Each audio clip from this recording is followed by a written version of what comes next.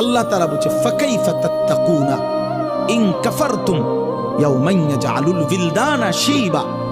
এই কথাটা আল্লাহ ডাক দিচ্ছে আমাদেরকে, এই বান্দা, এই যে নাফরমানি করছো, এই বান্দা তুমি যে এইভাবে নাফরমানি করছো, সেই দিন হাসরের দিন তুমি কেমনে বাঁচবা যেই দিনের একদিনের পেরেশানি কোলের বাচ্চা বুড়া বানায় ফেলবে। ফাকাইফা তাত্তাকুনা ইন কাফারতুম।